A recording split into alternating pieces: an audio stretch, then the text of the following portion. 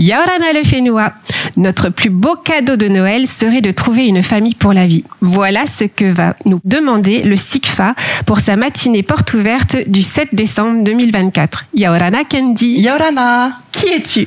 Alors donc moi je suis la chargée de mission du SICFA. Je suis au SICFA donc depuis le mois de mai 2023. Et mes missions elles sont très larges, mais je m'occupe principalement de la communication de la fourrière animale, de l'aspect événementiel, marketing. Je m'occupe également de chapeauter 2 éclaireurs qui vont dans les quartiers, dans les servitudes, pour rechercher les propriétaires des chiens accueillis, pour faire aussi de la sensibilisation. Et également, dans mes missions, c'est veiller au bien-être animal de nos petits chiens. D'accord. Voilà. Mais c'est génial, je savais pas qu'il y avait des éclaireurs. Ouais. Donc, dès qu'on signale un chien errant, il s'occupe de le récupérer et de demander à qui appartient le chien, ou on vous amène un chien? C'est ça. Alors en fait, lorsque l'on accueille un chien errant ou en état de divagation au SICFA, on va émettre un avis de recherche sur notre page Facebook, et à la suite de ça, les éclaireurs ils vont aller sur la zone de capture pour essayer d'avoir le maximum d'informations sur le chien et essayer de retrouver les propriétaires de ce toutou. Oui, donc et avec la puce, c'est ça, ou les colliers? C'est bien ça. En fait, avant chaque dépôt au SICFA, le prestataire qui s'occupe d'aller chercher les chiens dans la rue dépose le chien chez un vétérinaire pour s'assurer que le chien n'ait pas de puce électronique. En fait, c'est pour faire un petit check-up du chien avant son entrée au SICFA. Mais si le chien a une puce électronique et que la puce est valide et qu'il y a le numéro de téléphone du maître, le chien ne va pas forcément arriver chez nous. Ça sera géré avant les SICFA. D'accord. Voilà. C'est bien. Oui. C'est une bonne organisation. Ouais, ça. C'est ça. Ok. Et le SICFA existe depuis combien de temps? Le SICFA a été ouvert officiellement en septembre 2022. Et SICFA, c'est syndicat intercommunal pour la gestion de la fourrière animale. Et donc, on est la fourrière animale de Punaouia et de Paea seulement. Donc, on accueille simplement les chiens de ces 2 communes. D'accord. Voilà. Vous êtes combien de membres dans cette... Nous sommes actuellement 9 agents. 9 agents. Ouais. Donc, décris un peu qu'est-ce que font ces 9 agents. Il y a les agents techniques qui s'occupent donc du chenil, et qui s'occupent des chiens, du nourrissage des chiens. Les laver, entretenir leur enclos. Exactement, entretenir le chenil, la désinfection. Ils s'occupent bien sûr aussi des espaces verts de notre structure, des travaux, etc. Puis ensuite, il y a donc les éclaireurs, les agents de terrain. Les 2. Voilà, les 2. Bon, actuellement, on en a qu'une qui est avec nous. Vous recherchez quelqu'un? Oui. D'accord. Et on aimerait surtout quelqu'un de Paea, parce que celle que nous avons actuellement est celle de Punaouia. Donc, on aimerait avoir des agents qui connaissent bien leur quartier. Oui. Parce que ça, est lancé. C'est ça, c'est vraiment un atout. Donc voilà, si vous avez des compétences en la matière, n'hésitez pas à nous envoyer votre CV. Sait-on jamais. Et après, on a une petite équipe administrative, donc avec le directeur, moi-même la chargée de mission, notre secrétaire comptable et une consultante qui nous accompagne dans nos projets.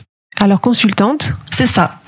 Qui fait quoi alors? Elle fait de la gestion de projet, en fait, elle fait tout. Elle nous accompagne sur tous nos projets, sur nos procédures. C'est vraiment celle qui va nous aider en fait à atteindre tous nos objectifs. Parce que c'est vrai que notre fourrière animale, on fait même plus que ce que l'on devrait. On a tellement de projets. On veut faire bien plus que simplement accueillir des chiens, quoi. Oui, alors fourrière animale, explique ce que c'est qu'une fourrière simple, on va dire. En fait, une fourrière simple, c'est simplement un lieu de dépôt et de gardiennage de chiens durant un délai réglementaire. Le Haut-Saria, lui, il a émis un délai de 8 jours francs ouvrés, chose que nous, on respecte. Donc, quand un chien arrive au SICFA, il est sous notre responsabilité. Enfin, on va dire qu'il est en recherche de propriétaire durant ces 8 jours francs ouvrés. Ça fait à peu près une dizaine de jours. Durant ce délai-là, on recherche les propriétaires de ces chiens. Oui. Et si au bout de ces 8 jours francs ouvrés, le chien il n'y a pas de propriétaire, il nous appartient. Le chien nous appartient, et en fait là, on a soit on procède à l'euthanasie, ou soit on procède à l'adoption. Et donc nous, on a quand même choisi de procéder à l'adoption quand le chien, bien sûr. Donc ça, c'est un plus que le SICFA propose. Pas comme toutes les fourrières. Les fourrières, en général, ça va direct. Exactement. Et puis après, nous, on le fait aussi parce que à Tahiti et en Polynésie, enfin, il n'y a pas vraiment de refuge. Oui. Voilà, il y en a juste, il y a un refuge à Burabura, mais c'est tout. Sinon, on n'a pas de refuge. Et c'est vrai que les fourrières animales, genre françaises, elles, c'est comme ça qu'elles font. Elles accueillent les chiens et puis après, le chien part en refuge. Alors que nous, on n'a pas, on n'a pas ce volet-là. Alors, dans quel, la SPA, c'est quoi alors comme organisme? En fait, il n'y a pas de SPA ici à Tahiti. Il y a l'association SPAP que l'on confond souvent avec. Mais non, c'est ouais. L'association SPAP, d'accord. C'est ça. Ok. Ouais. Il n'y a pas de refuge. C'est pour ça que on met un point d'honneur à faire beaucoup de communication, à valoriser nos chiens, pour les mettre à l'adoption. Mais d'ailleurs, l'affiche que vous avez fait là pour le 7 décembre, elle est super mignonne. Ils sont trop choux. Oui, à la recherche de famille, avec en plus les petits déguisements de Noël, super. Comment va se passer cette matinée? Alors la matinée elle va durer donc de 8h à midi à la vallée de la Punaru. Là où vous êtes, c'est tout au fond. C'est tout au fond. Si besoin, j'ai fait une vidéo sur notre page Facebook SICFA pour vous aider à vous situer dans la vallée. Très bien. Mais c'est assez simple à nous trouver. C'est toujours tout droit en fait. Toujours tout droit. C'est toujours tout droit. Et puis durant cette matinée porte ouverte, les administrés ils pourront venir visiter le chenil, voir nos chiens. Ils pourront aussi bien sûr nous rencontrer. Oui. S'ils ont des questions, quelles qu'elles soient, sur les chiens, sur la réglementation, sur n'importe quoi, c'est le moment. D'ailleurs, il n'y aura pas quelqu'un qui va, enfin, on peut amener nos propres animaux pour qu'ils viennent nous donner des conseils d'éducation, c'est ça? Exactement. Génial. Oui, alors en fait, il va y avoir notre maître chien, Franck Duranto, qui est un expert cynotechnique. Voilà, il a des années d'expérience et il va tenir un petit stand d'information de 9h à 11h et en fait, ça va être gratuit. Tu peux venir avec ton chien et faire ta petite consultation d'éducation canine avec Franck. Parce qu'on se rend compte que tous les jours, on a beaucoup d'appels de personnes qui ne savent pas comment gérer leur chien. Et parfois, ça va même jusqu'à l'abandon, alors qu'avant ça, il y a des solutions qui sont parfois toutes bêtes. Et c'est pour ça qu'on met en place ce petit stand avec ce maître chien. Mais c'est étrange ce que tu dis, parce que moi je trouve qu'il y a de plus en plus de personnes qui sont coachs pour animaux. Enfin, tu vois, il y a les Wolf aussi, il y a plein il y a beaucoup de clubs canins.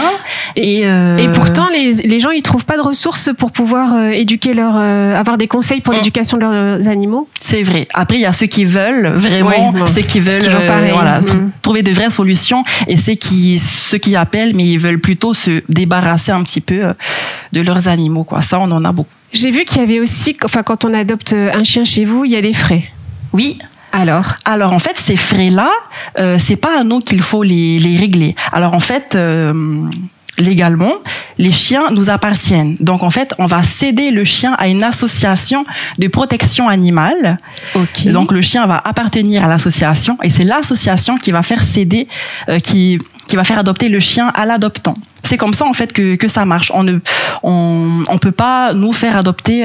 Oui, c'est bien. Enfin, on va dire que c'est quand même cadré. Voilà, c'est ce que j'allais dire. C'est bien, c'est cadré.